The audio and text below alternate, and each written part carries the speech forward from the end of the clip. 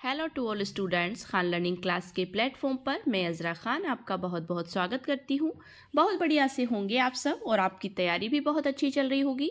Exam की date अब बहुत ही पास आने वाली है, मतलब 10 नवंबर को आपका जो पेपर होने वाला है एमपी टेट का, उससे रिलेटेड आज एक वीडियो जो वेरी वेरी इंपॉर्टेंट वीडियो है। अब जितनी भी वीडियोज़ हमारी आएंगी वो सभी वेरी इंपॉर्टेंट हैं, तो आप एंड तक ज़रूर देखिएगा इस वीडियो को और अपने दोस्तों को भी शेयर करें ताकि वो भी इस फ्री क्लास का लाभ उठा सकें। अगर आप भी टेट और सीटेट एग्ज़ाम में बैठने जा रहे हैं तो ये वीडियो आपके लिए रामबाण साबित होगी, क्योंकि इसमें आज top 30 questions math and pedagogy के आपको मिलने वाले हैं जो एग्ज़ाम में बार बार पूछे जाते हैं।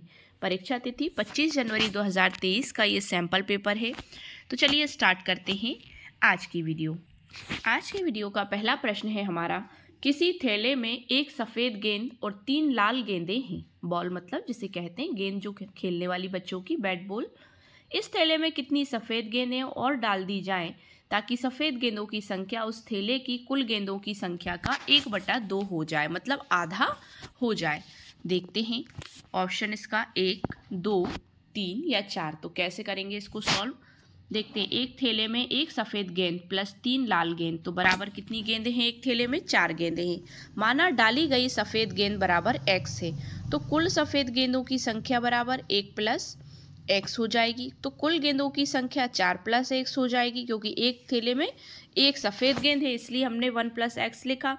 कुल गेंदों की संख्या हो जाएगी 4 + x। प्रश्नानुसार देख लेते हैं कि 1 + x बटे में 4 + x मतलब 1/4, तो उसका कितना हो जाए? 1/2, मतलब आधा हो जाए। तो 1 + x और 4 + x बटे में ले लिया, बराबर 1/2 लिख लिया। अब हम क्या करेंगे इसका, देखिए 2 एकम 2, 2 का गुणा हमने ट्रिपल मल्टीप्लाइकेशन किया, त्रैक गुणा किया इनका, 2 का किया 1 से, 2 एकम 2, 2 का फिर x से हुआ, 2x एकम 2x बराबर बीच में लगा दिया, 4 एकम 4 और x एकम x। अब देखते हैं x बराबर 2 कैसे आया, क्योंकि 2x कितने हैं यहाँ पर, देखते हैं। पक्षांतर जब हमने कर लिया तो कितना आया, x हमने उठाकर इधर ले लिया, बराबर हमारे पास कितने बचे? 1 धन 2 में से 4 में से 2 गए तो कितने बचे? 2 बचे। पक्षांतर किया, x इधर आ गया, 2x में से जब पक्षांतर किया तो 1x बचा, 1x बराबर 4 में से जब 2 घटे तो कितने बचे पक्षांतर होकर? तो 2 बचे इसमें, तो x बराबर 2 इसका राइट आंसर हो जाएगा। तो ऑप्शन नंबर बी इसका राइट आंसर हो जाएगा। नेक्स्ट क्वेश्चन है, समान माप की 12 सफ़ेद शीटों में से नवीन उनके 3/4 भाग में लाल रंग का पेंट कर देता है। अब कितनी सफ़ेद शीट रह गई? मतलब समान माप की 12 सफ़ेद शीटों में से नवीन जो है उनके 3/4 भाग में लाल रंग का पेंट कर देता है। अब कितनी सफ़ेद शीटें रह गई? 1, 2, 3 या 4? तो देखते हैं। समान माप की सफ़ेद शीटों की संख्या है 12। 12 सफ़ेद शीटों पर नवीन के द्वारा लाल रंग से पेंट किया गया भाग 3/4 भाग पे पेंट कर दिया उसने। लाल रंग से पेंट की गई शीट 12 × 3/4 बराबर कितना आ जाएगा? 4 से 12 कितनी बार कट गए? 4 × 12, 3 बार। 3 का 3 से जब गुणा हुआ तो 9 शीट बची। अतः सफ़ेद शीटों की संख्या 12 में से माइनस कर देंगे 9, तो 3 उसकी संख्या आ जाएगी। तो ऑप्शन नंबर सी इसका राइट आंसर हो जाएगा। नेक्स्ट क्वेश्चन इज दैट, बहुत ही सिंपल सा क्वेश्चन है। संख्याओं 45, 85 और 150 का लघुत्तम सार्वगुणज है। लघुत्तम सार्वगुणज है 765 है, 5355 है, 315 है या 1785 है। देख लेते हैं इसको। 45, 85 और 105 का लघुत्तम सार्वगुणज मतलब LCM। 3 से काटेंगे क्योंकि तीनों ही विषम संख्याएं हैं। सबसे पहले 3 से काटते हैं इसको। कितनी बार कटा? 45, 3 एकम 3, 3 पंजे 15, 85 ऐसे ही रखे रहेंगे। 35 बार ये 105 कट जाएगा, 3 तिया 9, 1 बचा, 3 पंजे 15, फिर 3 से कटेगा, 3 पंजे 15, 85 ऐसे ही रहेंगे, 35 ऐसे ही रहेंगे। फिर 5 से कटेगा, 5 एकम 5, 17 पंजे हो गए 85, 17 बार कट गया 5 से 85, और 5 से 35 जो है वो 7 बार कट गया, 5 सत्ते 35। अब इसको काटेंगे हम 7 से, 1 ऐसा ही रहेगा, 17 ऐसा ही रहेगा और 7 एकम 7 आ जाएगा। अब डायरेक्ट इसको काट देंगे हम 17 से, 1 ऐसा ही रहेंगे आपके दोनों और 17 एकम 17। तो नीचे तीनों संख्याएं बराबर आ गई, 1 1 1। LCM बराबर 3 × 3 × 5 × 7 × 17। LCM बराबर अब इन सब का गुणा कर देंगे, ठीक है। तो कितना आ जाएगा हमारे पास? 5355। तो ये इसका राइट आंसर हो जाएगा option number B. Next question है, पासे 1 के 3 फलकों पर संख्याएं 1, 3 और 5 अंकित हैं। तथा अन्य सभी फलकों पर 0 अंकित है। दूसरे पासे में बी में विषम संख्याओं 1, 3 और 5 उसके मतलब 5 को उनके दुगने से प्रतिस्थापित कर दिया गया है, मतलब दुगने से बदल दिया गया है, तथा शेष 3 फलकों पर 2, 4 और 6 अंकित है। तो दोनों पासों को एक साथ फेंका जाता है तथा प्राप्त संख्याओं का गुणनफल नोट किया जाता है। यदि हम सभी संभव गुणनफलों को लिखें तो कौन सा गुणनफल 3 बार प्राप्त होगा? ऑप्शन ए 2, 4, 6 या फिर 10। तो पासा 1 पर 6 फलकों पर अंकित संख्याएं हैं 1, 3, 5, 0, 0। पासा बी पर 6 फलकों पर अंकित संख्याएं हैं 2, 6, 10, 2, 4, 6। तो दोनों पासों को एक साथ फेंका जाता है तो प्राप्त संख्याओं का गुणनफल 1 गुणा 2 बराबर 2, 1 गुणा 6 बराबर 6। तो 1 गुणा 10 हो जाएगा बराबर 10। अब तीनों को लिख लिया हमने 2, 6 और 10।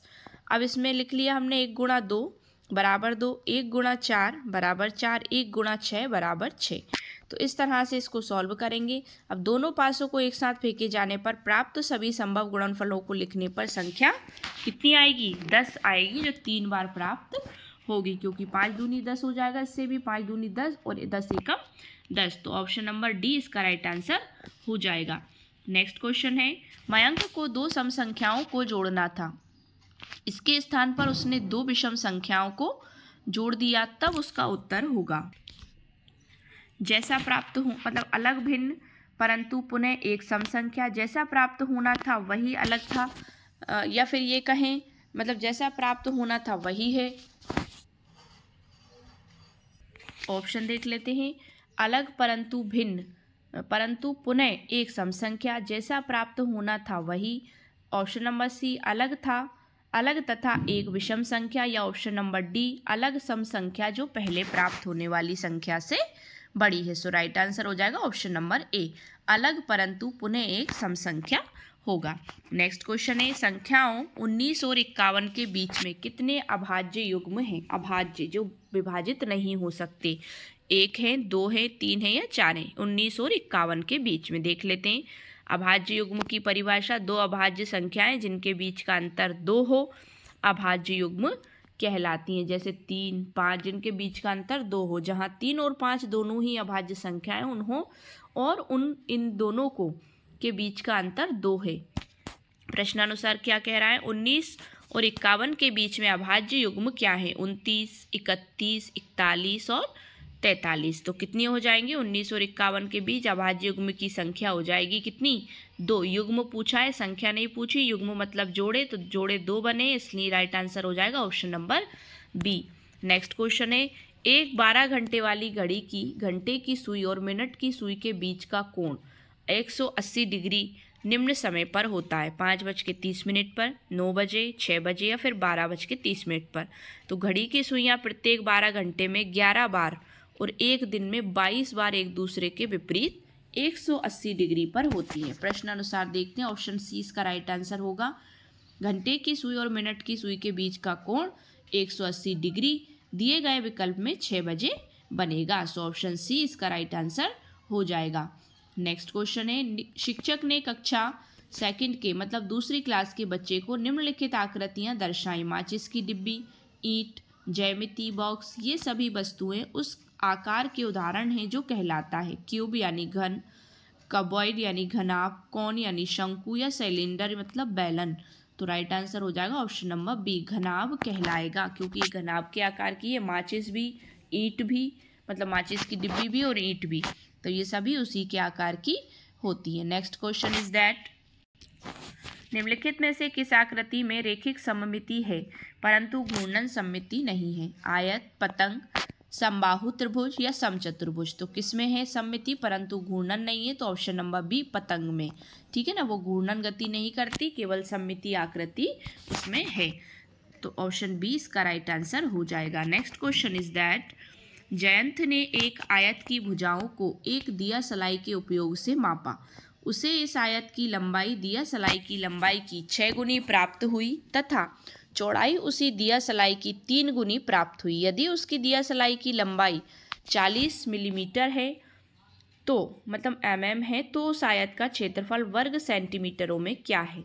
288 है, 278 है, 72 है या 96 है। तो राइट आंसर होगा इसका ऑप्शन नंबर ए 288 होगा। देख लेते हैं कैसे कि दिया सलाई की लंबाई है 40 mm या 4 सेंटीमीटर। जयंत के द्वारा आयत की भुजाओं को दिया सलाई के उपयोग से मापा गया है। आयत की लंबाई क्या हो बराबर दिया सलाई की 6 गुनी बराबर 4 गुणा 6। दिया सलाई है 4 सेंटीमीटर, इसका 6 गुना करेंगे तो गुणा 6 कर देंगे, 6 चुक्के 24 सेंटीमीटर। आयत की चौड़ाई बराबर दिया सलाई की 3 गुनी बराबर 4 गुणा 3, 4 तिया 12 सेंटीमीटर। और आयत का क्षेत्रफल बराबर होता है लंबाई गुणित चौड़ाई बराबर 24 में 12 का गुणा कर देंगे तो 288 वर्ग सेंटीमीटर इसका राइट आंसर हो जाएगा। नेक्स्ट है जयंत ने 100 रुपये प्रति किलोग्राम की दर से 2 किलोग्राम जामुन खरीदे। उसके मित्र किराना ने इस धनराशि के 3/10 भाग के बराबर योगदान दिया। मतलब 3/10 भाग के बराबर उसने उसमें योगदान दिया या उसको पैसे दिए। जयंत से उसे कितने जामुन प्राप्त होंगे? देखते हैं option number A 600 gram, option number B 800 gram, option number C 1000 gram, option number D है 300 ग्राम। सो ऑप्शन ए इसका राइट आंसर हो जाएगा कि 1 किलोग्राम जामुन का मूल्य है 100 रुपये, 2 किलोग्राम जामुन का मूल्य होगा कितना 200 रुपये। तो जयंत के मित्र किराना ने 200 रुपये में 3/10 भाग के बराबर योगदान दिया है। तो 200 गुणा 3/10 बराबर कितना आएगा 10 से 200 कितनी बार कट जाएंगे 10 धाम 10 एकम 10 दूनी 20, 0 का 0, 20 धाम 200। अब 20 का गुणा जब आप 3 में करेंगे तो 20 दिया 60 रुपये आएगा। किराना ने 60 रुपये का योगदान दिया, अतः किराना को मिले जामुन मतलब 2000 बटे में 200 कितने मिले उसको 2000 बटे में 200 गुणा 60। तो 2 0 से आपकी 2 0 कट गई 1 से। अब इससे यहाँ पर क्या बचा आपको 2 किलोग्राम बराबर 2000 ग्राम होता है, इसलिए हमने 2000 ऊपर लिखा है। तो आंसर आ जाएगा आपका 600 ग्राम। तो ये आपका राइट आंसर हो जाएगा ऑप्शन नंबर ए। नेक्स्ट क्वेश्चन है बिजोय प्रातः 6 AM पर सोकर उठता है। मतलब सुबह 6 बजे सोकर उठता है या उठा। जब वह स्कूल जाने लगा तो घड़ी की मिनट वाली सुई 12 पर थी तथा घंटे की सुई 9 पर थी।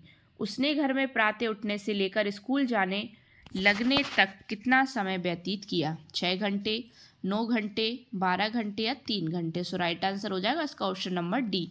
बिजोय के प्रातः सोकर उठने का समय है 6 AM, मतलब एंटी मेरिडियन बोलते हैं इसको, फुल फॉर्म होता है इसका। और PM को बोलते हैं पोस्ट मेरिडियन। बिजोय का पूर्वाह्न और अपराह्न। बिजोय का स्कूल जाने का समय 9 AM है। बिजोय के प्रातः उठने से लेकर स्कूल जाने तक घर में लगा समय तो 9 AM से 6 AM को घटा देंगे तो कितना हो जाएगा 3 घंटे। मतलब ऑप्शन डी इसका राइट आंसर हो जाएगा। नेक्स्ट क्वेश्चन इज दैट कक्षा 3 के विद्यार्थियों ने स्वयं आपस में एक सर्वे किया। इसके लिए उन्होंने एक सारणी बनाई और उसमें फलों के नाम लिख दिए। प्रत्येक विद्यार्थी को इस सारणी में लिखे फल के सम्मुख मतलब सामने अपनी पसंद के लिए 1 स्टार मतलब चिन्ह अंकित करना था। उन्हें आमों के लिए 7 स्टार मतलब सेबों के लिए 5 स्टार और संतरों के लिए 6 स्टार प्राप्त होते। इस सारणी में निम्नलिखित में से कौन सा निष्कर्ष सही है? विद्यार्थियों में से 6 विद्यार्थी आम पसंद करते हैं, विद्यार्थियों में से 11 विद्यार्थी संतरे पसंद नहीं करते हैं। यह आम सबसे अधिक पसंद किए जाने वाला फल है। ऑप्शन नंबर डी है संतरा वह फल है जिसे अधिकतम विद्यार्थी पसंद नहीं करते। तो देखते हैं ऑप्शन सी इसका राइट आंसर हो जाएगा कि कक्षा 3 के विद्यार्थियों के द्वारा अपनी पसंद के फल के लिए स्टार चिन्ह से अंकित किया गया। आम के लिए कितने स्टार आए? 7 स्टार आए, सेब के लिए 5 स्टार आए और संतरे के लिए 6 स्टार आए। अतः ये स्पष्ट है कि आम सबसे अधिक पसंद किया जाने वाला फल है। आम के लिए सबसे अधिक 7 स्टार प्राप्त होते हैं। सो ऑप्शन नंबर सी इसका राइट आंसर हो जाएगा। नेक्स्ट क्वेश्चन है निम्नलिखित में से कौन सा एक आंकड़ों के 7 प्रेक्षणों को मिलान चिन्हों के उपयोग से सही रूप में निरूपण करता है? ऑप्शन ए है इसमें 2 तीलियाँ 3, 2, 2, 4 और 3 7 हैं। ठीक है, इसमें कितनी है? बी में 3, 3, 6 और 1 7। 7 कैसे है? क्योंकि एक ये आड़ी जो लकीर खींची है इसको भी आपको काउंट करना है, इसे हम पढ़ चुके हैं। ऑप्शन सी में कितने हैं? 4, 2, 6 और 1 7 हैं। ऑप्शन डी में 5 और 2 7 और 1 8 हैं। So option number C tally चिन्ह को लेकर इसका राइट आंसर हो जाएगा ऑप्शन नंबर सी। मतलब इसमें क्या है कि एक आंकड़ों के 7 प्रेक्षणों को मिलान चिन्हों के उपयोग से सही रूप में निरूपण करता है। निम्नलिखित में से कौन सा? एक आंकड़ों के 7 प्रेक्षणों को। सो ऑप्शन सी इसका राइट आंसर हो जाएगा, क्योंकि 7 प्रेक्षण है इसमें, 4,2 और 1 6, 4,2 मतलब 4 और 2 कितने हो गए 6, 6 में एक जो आड़ी लकीर खींची ऊपर से नीचे ये हो गए 7। तो टैली चिन्ह समझ गए आप, 1 2 3 4 5 6 7 इस तरह से। तो एक आंकड़ों के 7 प्रेक्षणों को मिलान चिन्ह का निरूपण इस तरह से होगा। So option C right answer हो जाएगा। इस तरह से इसको काउंट करते हैं। अगला क्वेश्चन है, निम्नलिखित पैटर्न में अगली संख्या है 1 3 6 10 ब्लैंक, उसमें ऑप्शन है 11 13 12 या 15। तो अगली संख्या क्या होगी? प्रश्नगत पैटर्न को समझिए पहले। 1 के बाद 3 है, 3 के बाद 6 है, 6 के बाद 10 है और 10 के बाद कितने होंगे 15। कैसे होंगे? क्योंकि 1 और 3 में 2 का अंतर है, 3 और 6 में 3 का अंतर है, 6 से 10 में 4 का अंतर है, 10 से 15 आएगा तो उसमें 5 का अंतर होगा, क्योंकि 2 3 4 5 का अंतर है इसमें। तो राइट आंसर हो जाएगा ऑप्शन नंबर डी।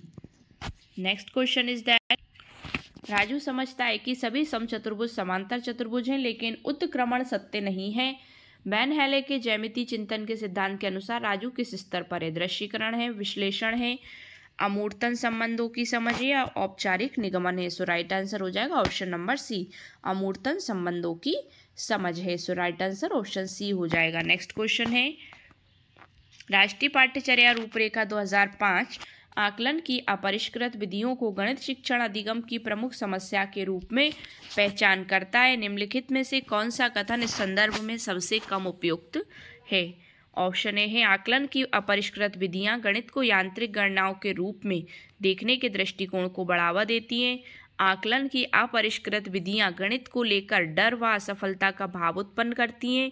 गणित में आकलन की विधियों में विद्यार्थियों को प्रतिपुष्टि प्रदान करने का व्यापक दायरा है। इसका लास्ट पॉइंट है, इसका हेडिंग लास्ट ऑप्शन, गणित में आकलन की विधियों के कारण अधिकांश विद्यार्थी गणित की मांगों को पूरा करने में स्वयं को कमजोर तथा अयोग्य पाते हैं। सो इसका राइट आंसर होगा ऑप्शन नंबर सी, कि राष्ट्रीय पाठ्यचर्या रूपरेखा 2005 के अनुसार आकलन की अपरिष्कृत विधियां गणित शिक्षण अधिगम में प्रमुख समस्या के रूप में पहचान करती है। जैसे गणित में आकलन की अपरिष्कृत विधि गणित की यांत्रिक गणना के रूप में एक धारणा को प्रोत्साहित करती है। सो राइट आंसर हो जाएगा ऑप्शन नंबर सी।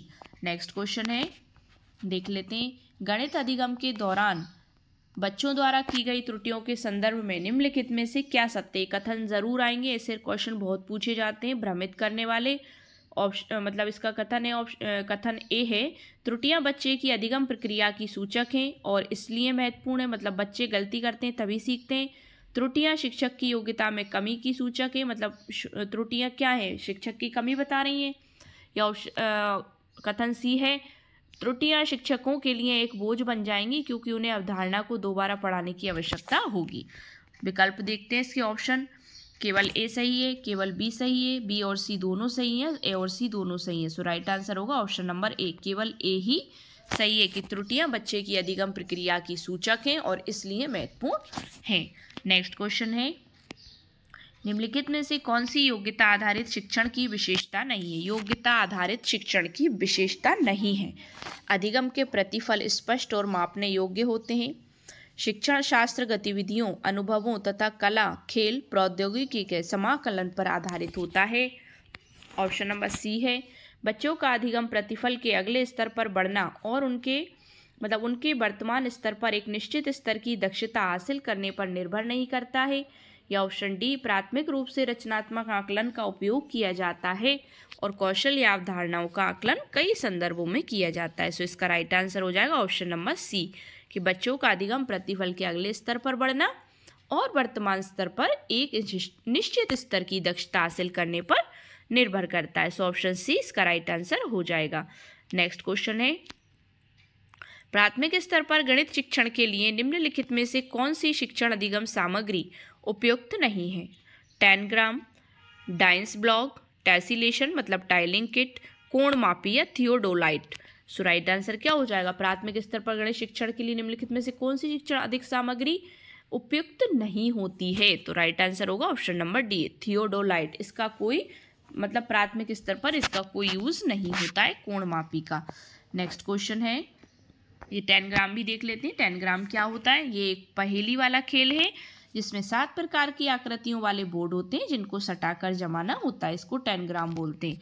और डाइस ब्लॉक होता है, ये लकड़ी या प्लास्टिक के क्यूब्स छड़ फ्लैट होते हैं और स्थानीय मान दिखाने के लिए 4 आकारों में होते हैं। इनका उपयोग मूल रूप से बुनियादी गणितीय अवधारणाओं जैसे जोड़, घटाव, संख्या, गिनती और स्थानीय मान को सीखने के लिए किया जाता है। और टेसिलेशन क्या होता है? एक आयताकार क्षेत्रफल में टाइलों को बिना काटे, बिना ओवरलैपिंग के वर्गाकार टाइलों में भरने से होता है। नेक्स्ट क्वेश्चन है,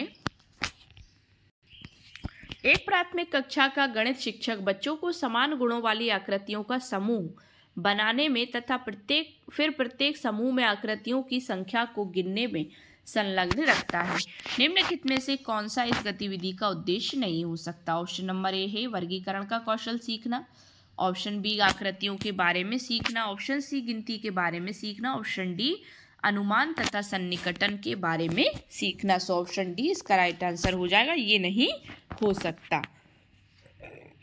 नेक्स्ट क्वेश्चन है, राष्ट्रीय शिक्षा नीति एनईपी नेशनल एजुकेशन पॉलिसी 2020 के अनुसार सभी बच्चों को बुनियादी साक्षरता एवं सांख्यिकी स्तर तक पहुंचाना एक आवश्यक राष्ट्रीय मिशन बन गया है। राष्ट्रीय शिक्षा नीति 2020 के अनुसार बुनियादी सांख्यिकी का अर्थ है क्या है? देखते हैं। विभिन्न प्रकार की संख्याओं को समझने की योग्यता, भारतीय संख्याओं पर मौलिक गणितीय संक्रियाओं को करने की योग्यता, या फिर शिक्षार्थियों में केवल गिनने के कौशल के विकास की योग्यता, संख्याओं के ऐतिहासिक विकास को जानना। सो ऑप्शन नंबर बी इसका राइट आंसर हो जाएगा कि भारतीय संख्याओं पर मौलिक गणितीय संक्रियाओं को करने की योग्यता। Next question is that, next question है, कक्षा 4 में क्रियाकलाप आधारित विधि द्वारा ज्यामितीय आकृतियों के गुणधर्म के शिक्षण अधिगम हेतु निम्नलिखित में से कौन सा उदाहरण सर्वाधिक उपयुक्त होगा? कक्षा 4 में क्रियाकलाप आधारित एक्टिविटी बेस्ड मेथड द्वारा ज्यामितीय आकृतियों के गुणधर्म के शिक्षण अधिगम में हेतु निम्नलिखित में से कौन सा उदाहरण सर्वाधिक उपयुक्त होगा? मतलब सबसे ज़्यादा किसका यूज़ होगा? देखते हैं। बच्चों द्वारा ज्यामितीय आकृतियों को चार्ट से काटकर अपनी उत्तर पुस्तिका में चिपकाना, मतलब अपनी पुस्तिका में चिपकाना या उसमें ऐड कर लेना। शिक्षक शिक्षिका द्वारा कक्षा में एक चार्ट का उपयोग करना जिसमें विविध ज्यामितीय आकारों, आकृतियों के विभिन्न गुणधर्मों का वर्गीकरण के साथ चित्रण हो। या फिर ऐसा कहें कि बच्चों को विविध आकृतियों के आकार में कटी हुई सामग्री देना तथा उनको भुजाओं की संख्या, कोणों और शीर्षों आदि के अनुसार विश्लेषण करवाना। या बच्चों द्वारा शामपट से विभिन्न ज्यामितीय आकृतियों की नकल करवाना। सो राइट आंसर हो जाएगा ऑप्शन नंबर सी के बच्चों को विविध आकृतियों के आकार में कटी हुई सामग्री देना तथा उनको भुजाओं की संख्या, कोणों और शीर्षों आदि के अनुसार विश्लेषण करवाना। सो सी इसका राइट आंसर हो जाएगा। नेक्स्ट क्वेश्चन है, निम्नलिखित में से कौन सा गणितीय कथन सही है? सभी सम संख्याएं भाज्य संख्याएं हैं, सभी विषम संख्याएं अभाज्य संख्याएं हैं, 1 से 10 के बीच 4 अभाज्य संख्याएं हैं, या एक अभाज्य संख्या को 2 से अधिक प्राकृत संख्याओं के गुणनफल के रूप में लिखा जा सकता है। सो राइट आंसर होगा ऑप्शन नंबर सी के 1 से 10 के बीच 4 अभाज्य संख्याएं हैं। नेक्स्ट क्वेश्चन है, राष्ट्रीय पाठ्यचर्या रूपरेखा 2005 के अनुसार निम्नलिखित में से बच्चों में गणित के प्रति सबसे अधिक सामान्य भ्रांति क्या है? गणित केवल संख्या के बारे में नहीं है, गणित वास्तव में बहुत रुचिपूर्ण है, गणित में कुछ अमूर्तनों की आवश्यकता होती है, या गणित बहुत मुश्किल है, यह भयावह विषय है। भयावह मतलब डरावना या भय होता है बच्चों को इससे। सो राइट आंसर होगा ऑप्शन नंबर डी के राष्ट्रीय पाठ्यचर्या रूपरेखा 2005 के अनुसार बच्चों में गणित के प्रति सबसे अधिक सामान्य भ्रांति ये होती है कि गणित बहुत मुश्किल है, अतः ये एक भयावह विषय है होती है, तो इस भय के कारण लोग पहले से ही हार मान लेते हैं। So option D right answer हो जाएगा। नेक्स्ट है, समय की अवधारणा का परिचय कराते हुए एक शिक्षिका 2:45 तथा 3:15 जैसे शब्द एक साथ उपयोग करती है, उसका क्या उद्देश्य है? मतलब क्या दर्शाना चाहती है, बच्चों को क्या समझाना चाहती है? 2:45 तथा 1:15 की वर्तनी विद्यार्थियों को सिखाना, अंक घड़ी प्रस्तुत करने का आधार निर्माण, 2:45 तथा 1:15 शब्दों में अंतर बताना, या फिर अपने विद्यार्थियों को गुजरे हुए समय एवं शेष समय के बीच संबंध बनाने में सहायता। सो ऑप्शन डी क्या हो जाएगा राइट आंसर? अपने विद्यार्थियों को गुजरे हुए समय एवं शेष समय के बीच संबंध बताने में या बनाने में सहायता करना। सो राइट आंसर ऑप्शन डी हो जाएगा। नेक्स्ट है, निम्नलिखित में से गणित में परीक्षण के संदर्भ में कौन सा कथन सही है? रचनात्मक उपलब्धि परीक्षण में नैदानिक परीक्षण की कोई भी विशेषता नहीं होती है। नैदानिक परीक्षण के बाद उपचारात्मक शिक्षण यदि आवश्यक हो तो दिया जाता है। निदान मतलब पहले समस्या का पता लगा लिया जाए, उसके बाद ही हम उसका उपचारात्मक शिक्षण करेंगे, तो ये आवश्यक हो तभी दिया जाता है। तो योगात्मक परीक्षण उत्पाद उन्मुख है। विकल्प देख लेते हैं इसके ऑप्शन ए और बी सही है, ऑप्शन ए और सी सही है, ऑप्शन बी और सी सही है, या फिर केवल ए सही है। सो राइट आंसर हो जाएगा ऑप्शन नंबर सी सही है, मतलब बी और सी ऑप्शन सही है कि नैदानिक परीक्षण के बाद उपचारात्मक शिक्षण यदि आवश्यक हो तो दिया जाता है, और योगात्मक परीक्षण उत्पाद उन्मुख है, मतलब ए इसमें सही नहीं है, बी और सी सही है। So option C right answer हो जाएगा। नेक्स्ट क्वेश्चन है कथन ए। कथन बी को सिद्ध करने के लिए सुधा बी नहीं मानकर उत्पत्ति शुरू करती है और ए नहीं पर पहुंचने का तर्क देती है। सुधा ने किस विधि का प्रयोग किया है? मतलब कथन बी को सिद्ध करने के लिए सुधा बी नहीं मानकर उत्पत्ति शुरू करती है और ए नहीं पर पहुंचने तक का तर्क देती है। तो सुधा ने किस विधि का प्रयोग किया है? तो सबसे पहले देखेंगे आगमन उत्पत्ति है, निर्माण उत्पत्ति है, निशेषण उत्पत्ति है, प्रतिपरिवर्तित या प्रतिस्थिति उत्पत्ति है। सो राइट आंसर क्या हो जाएगा इसका? ऑप्शन नंबर डी कि प्रतिपरिवर्तित या प्रतिस्थिति उत्पत्ति है, मतलब स्थिति को देखकर वो उसको जांच कर रही है कथन ए में। तो कथन बी को सिद्ध करने के लिए सुधा बी नहीं मानकर उत्पत्ति शुरू करती है और ए नहीं पर पहुंचने का तर्क देती है। तो सुधा इस प्रक्रिया में प्रतिपरिवर्तित विधि का प्रयोग कर रही है। नेक्स्ट क्वेश्चन है एक बच्चे ने निम्नलिखित रूप से दो संख्याओं को जोड़ा 23 + 47 = 20 + 40 + 10 = 70। इस तरह से जोड़ा। तो निम्नलिखित में से उपरोक्त समस्या के संबंध में कौन सा सर्वाधिक उपयुक्त है? ये योग की गलत युक्ति है। योग को दाएं से बाएं की तरफ ही करना चाहिए। ऑप्शन सी बच्चे ने योग की अवधारणा को नहीं समझा है, या यह योग की वैकल्पिक युक्ति है। सो राइट आंसर हो जाएगा ऑप्शन नंबर डी कि एक बच्चे ने दो संख्याओं को इस प्रकार जोड़ा 23 + 47 = 20 + 40 + 10 = 70। तो बच्चे द्वारा इस प्रकार की प्रक्रिया से दो संख्याओं को जोड़ना योग की वैकल्पिक युक्ति है, मतलब विकल्प के आधार पर उसको कर रहा है। आज की वीडियो का हमारा लास्ट क्वेश्चन है, देख लेते हैं। प्राथमिक स्तर के शिक्षार्थियों के बीच दिक् स्थान संबंधी, दिक् मतलब दिशा सूचक, दिक् स्थान संबंधी समझ को बढ़ाने के लिए गणित शिक्षक निम्नलिखित में से कौन सी गतिविधि कर सकता है? देखते हैं। बच्चों को ब्लॉक बक्से, कंटेनर आकार, सॉर्टर जैसी वस्तुओं को संभालने के लिए कई अवसर दें। विभिन्न उदाहरण देते हुए समरूपता, सर्वांग समता जैसी अवधारणा को परिभाषित करने में बच्चों की मदद करना। विभिन्न अवस्थाओं में सामग्री को एक साथ रखकर और फिर अलग अलग करके बच्चों को नई आकृतियां बनाने के लिए प्रोत्साहित करना, या बच्चों को अपने चारों तरफ विभिन्न आकृतियों को पहचानने के लिए प्रोत्साहित करना। विकल्प देख लेते हैं कौन से सही है। ऑप्शन ए में ए, सी और डी सही है, ऑप्शन बी में ए, बी, सी सही है, ऑप्शन सी में ए और डी सही है, या ऑप्शन डी में ए और सी सही है। तो कौन सा विकल्प सही हो जाएगा? ऑप्शन नंबर ए, सी और डी तीनों सही है, बस इसमें बी गलत है कि विभिन्न उदाहरण देते हुए समरूपता, सर्वांग समता जैसी अवधारणा को परिभाषित करने में बच्चों की मदद करना, क्योंकि ये केवल उदाहरण देने से नहीं होगा, ये करके दिखाने से होगा। तो ऑप्शन नंबर ए इसका राइट आंसर हो जाएगा। ए, सी और डी सही है। तो ये थी हमारी 30 क्वेश्चंस की क्लास। आई होप सो आपको वीडियो पसंद आया होगा। अगर वीडियो पसंद आया तो वीडियो को लाइक शेयर करिए, चैनल को सब्सक्राइब कर लीजिए। सब्सक्राइब करते वक्त बेल आइकन प्रेस करना बिल्कुल ना भूलें, जिससे कि आप हमारी कोई भी लेटेस्ट अपलोड को मिस ना करें। Thanks for watching my video and see you again with the next video. Thank you so much once again.